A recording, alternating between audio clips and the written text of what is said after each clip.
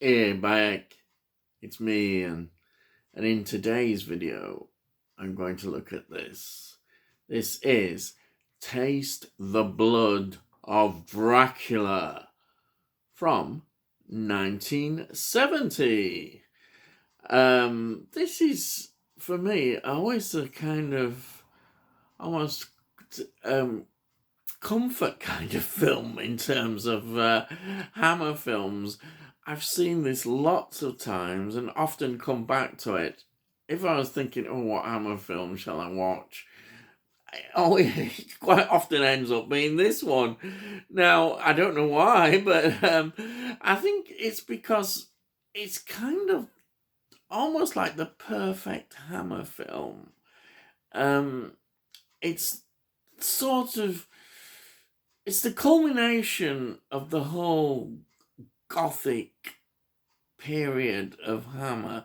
There is another Dracula one after this, which is The Scars of Dracula, before we get into Dracula AD 1972. But that one I feel is maybe not quite as good. It's not one that I actually go back to as much. It's got a lot of good things in it, but this somehow just seems to bring everything together, and there's a great cast. Christopher Lee is Dracula again. I mean, what can go wrong there? Exactly. This film has everything going for it, and you just love the whole atmosphere.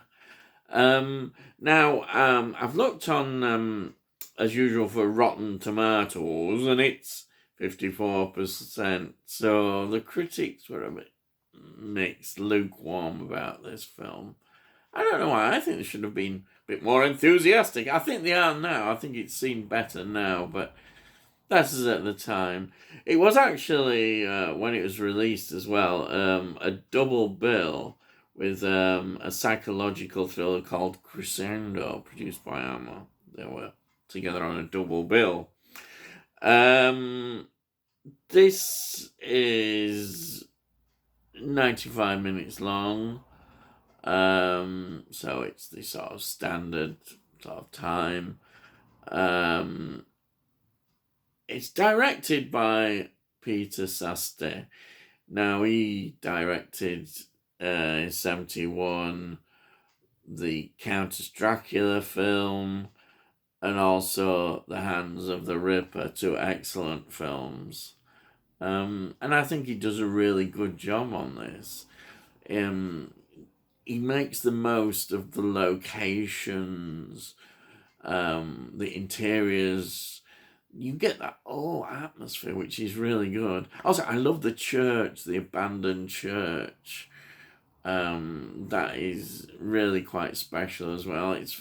This film is full of atmosphere. You know, right from the opening scenes where we see Dracula. Looks like he's met his end. He's been had a stake put through him. He's dying and disintegrates. And of course, what the story is that this character played by Roy Kinnear, called Weller, has stumbled across this scene, and he grabs the cape. He takes some blood. There's like a chalice chain, and there's a ring, and he takes all these things. Who thinks probably I'm going to make a lot of money out of this? You know, he's quite obviously. It's Dracula, you know. Who wouldn't? You know, plenty of money there. I'll tell you. Anyhow, so that is a wonderful opening scene. It's like, you know, normally at the end of these Dracula films, you get that. It's like seeing the end of the Dracula film at the beginning. Then, of course, it moves on, and we get the story of these three well-to-do characters who have the respectable life supposedly do-gooders and what have you, but seem very respectable on the outside. But of course, every month they go on their little trip. Haha, yes, they go on their trip. Well, to a brothel. Yes. So that sort of changes things as you see the characters. Basically, they want to indulge themselves in their pleasures, which they're obviously not getting with their families and life there. They want excitement, but the story basically comes down to them getting rather bored with all this and wanting a bit more. And then they come into contact with Lord Courtly, who's played by Ralph Bates, the wonderful Ralph Bates, who often pops up in these Hammer films. He kind of instigates everything. I won't go into the full story, but it all links up everything as we go along. And then it becomes a series of a resurrected Dracula getting his revenge back on these three characters who have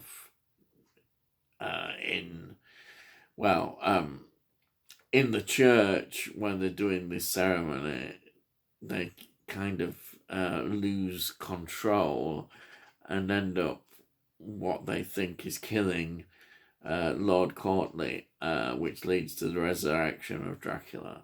I've given too much away, but that's the sort of something that happens. In the cast, we've also got the major sort of female lead is Linda Hayden, playing Alice, is one of the daughters, and she's very good in it, as she always is. We've got Isla Blair as well, as another female character in there.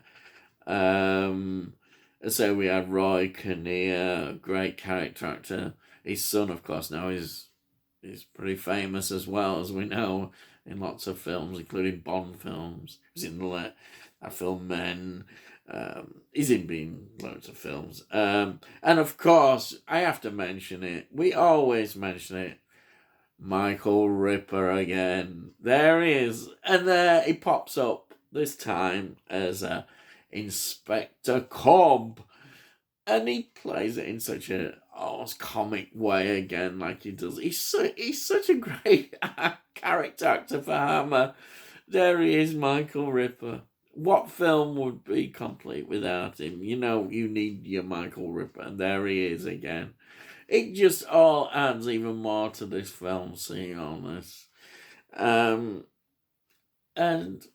what can I say? But it just feels like a real proper Hammer film.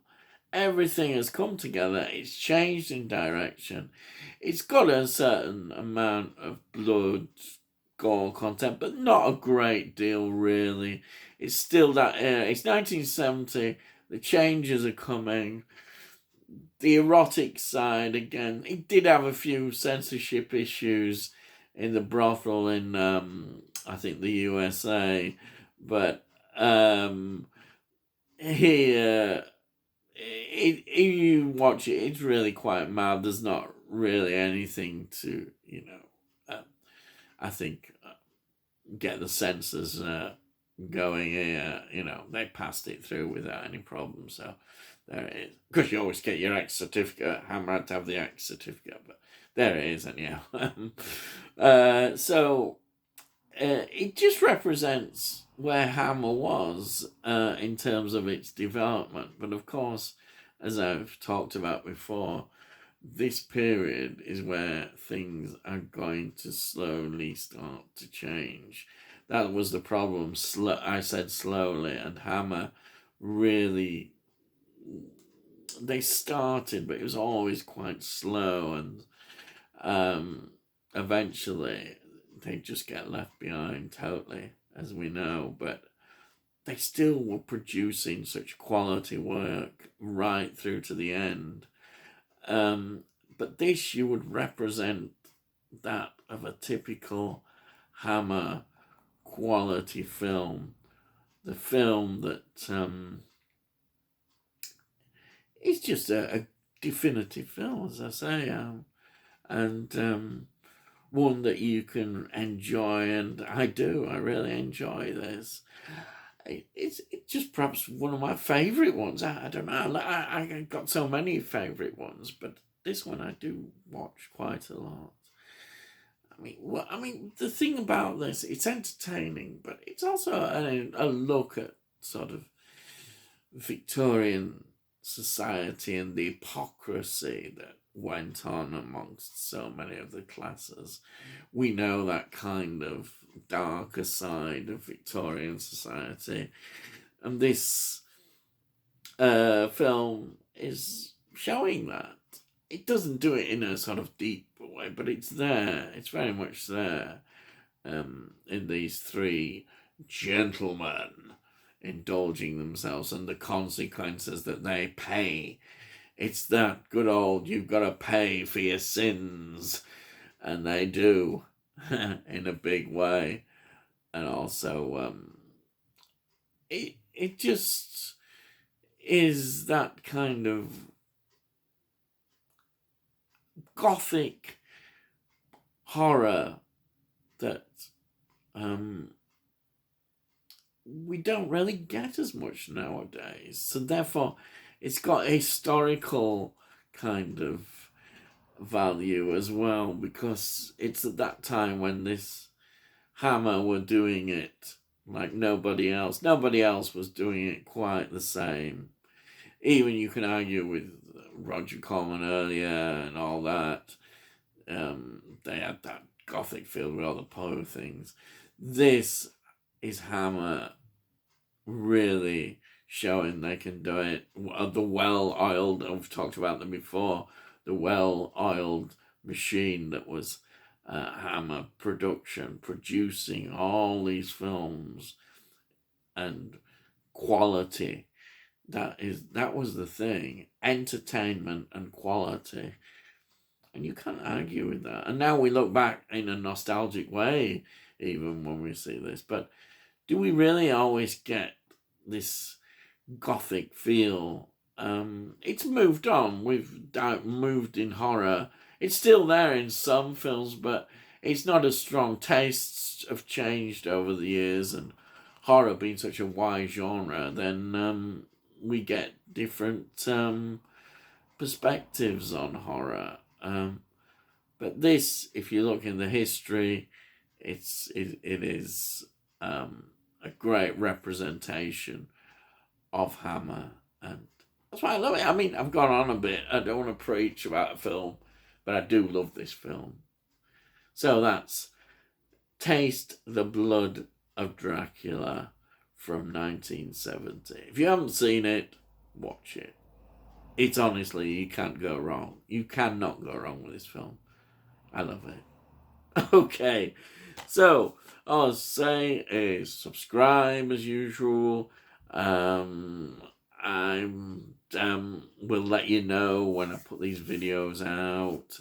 And if you really do like it, please give this a like. It helps. It gets people to see the video again, and it's all good. And it costs note. It really does. It's free. So there you are.